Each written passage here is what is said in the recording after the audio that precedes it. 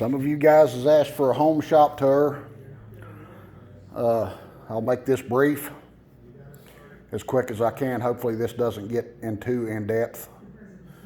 I feel like I skimped a little bit on the toolbox tour, but here we go.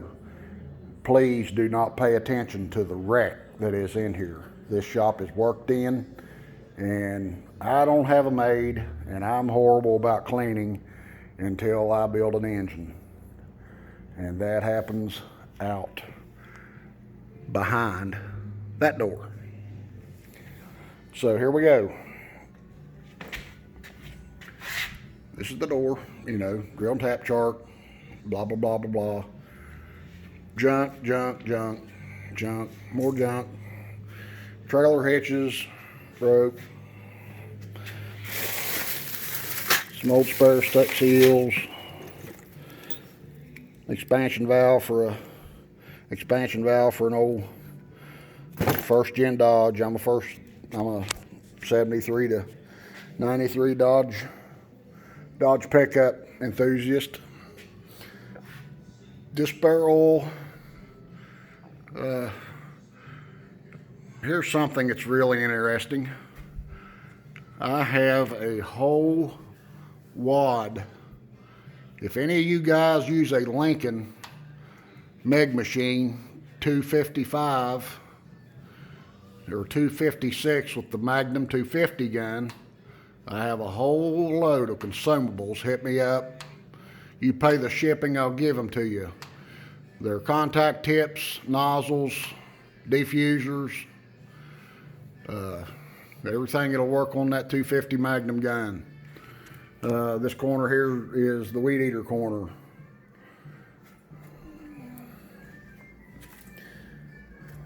This is part of the spare parts for the pull tractor. Yes, it gets dirty, nasty. Some new Cummins parts up there. Some other odd and end things. Extreme stud. Diesel performance stuff for that piece of machinery right there, which is getting a new heart. Going to build another engine. Hopefully in the next month or so I'll have all my parts done and machining work done on it. But right here in the middle of the floor is obviously my burning area for the moment being. I do fabrication work in here, do quite a bit of welding. I'm always fabricating things like drawbars, weight racks, front axles. I do a lot of aluminum stuff in here too. This is my personal project here. This is an 85 Dodge crew cab long bed chassis. Of course 5.9 powered. It's just in mock-up mode right now. That is a little Eaton Fuller 6610.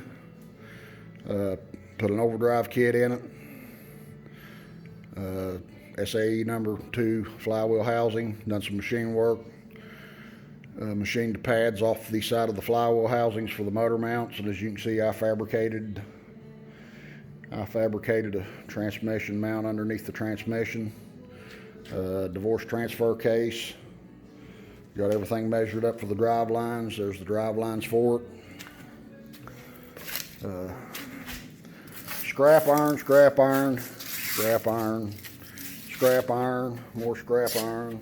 Oh, there's a big nice set of billet rods that come out of one of our pulling tractor stuff. Actually, those came out of an antique Moline engine. There's your nice quick brake cam for P3000 injection pump. My other odd and end stuff. But anyways, here's something that's quite interesting. That is a 30 horse idler. And that is the phase converter. Basically, it's just a bank of capacitors that start that 30 horse 3-phase motor. 200 amp house service coming in, just 200 amp residential service. No three-phase.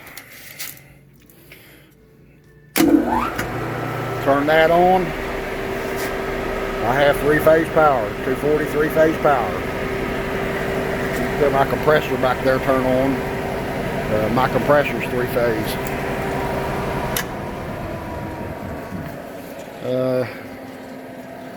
Oxyacetylene burning outfit. I do a lot of hand torch work. I had a little tiny 2x2 plasma table.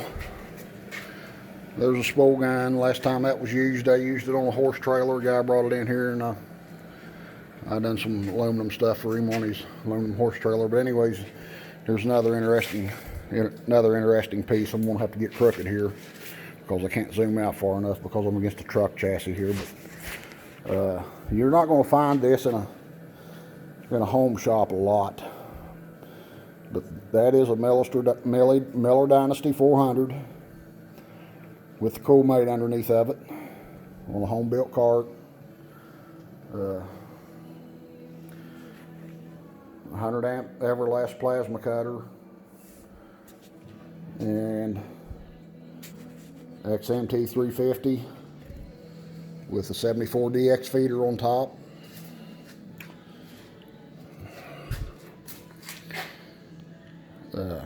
Fits the bill real well. The Dynasty's a 400 amp machine, and yes, it does do 400 amp on single phase. That is a 425 amp machine, and yes, it does 425 amp on single phase. The problem is the duty cycle suffers. I'm in here by myself.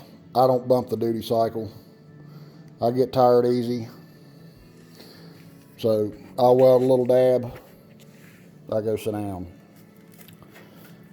This is the welding consumables cabinet. Yeah, before everybody starts harping, yes, those are 7018s down there. No, they're not in an oven. We'll go ahead and get a wide view of that in there. Just the MIG rod, soapstone, layout tools, extra torch tips. One of my rosebuds is in there. Down here, of course, is all my tungsten, all different sizes. In those plastic cases are gas langes, TIG torch, consumables, about anything you'd want. I got 3 TIG torches here. One of them is a little flex head CK. I love that thing. Does a real nice job for me. It's actually my go-to torch. I'll show that to you real quick.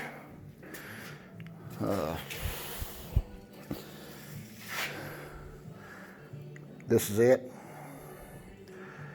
I keep a button on it. Just unplug it at the machine. If I want to use a pedal, then plug the wireless remote into the pedal.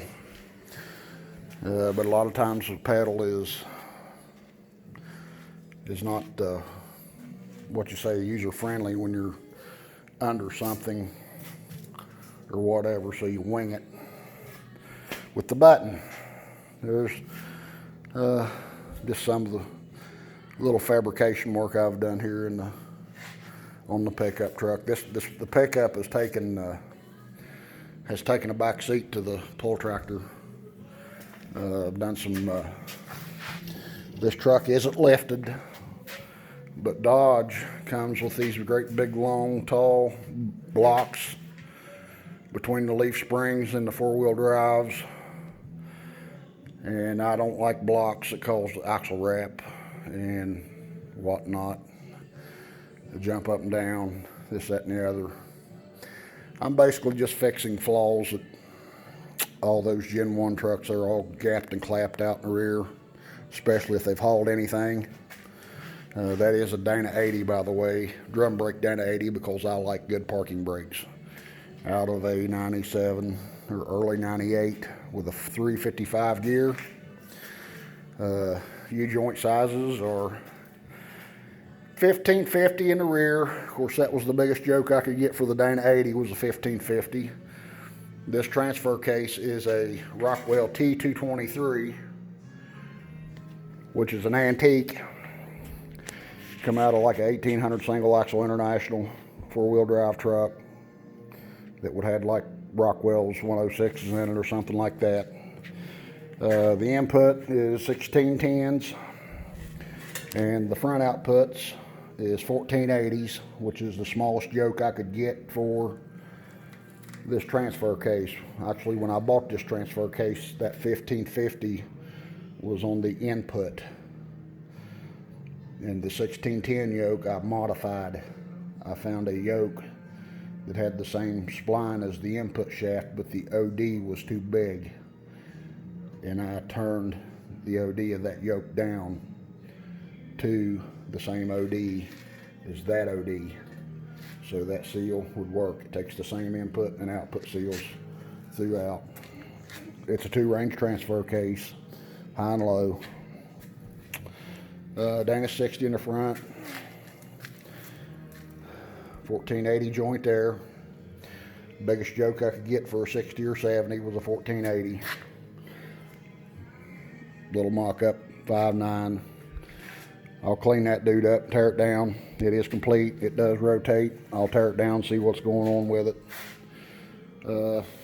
Little diamond wheel there. Sharpen my tungsten on. Antique bench grinder. Just some porta band. Keep a lot of my grinding walls. These the tools hanging on the wall and stuff.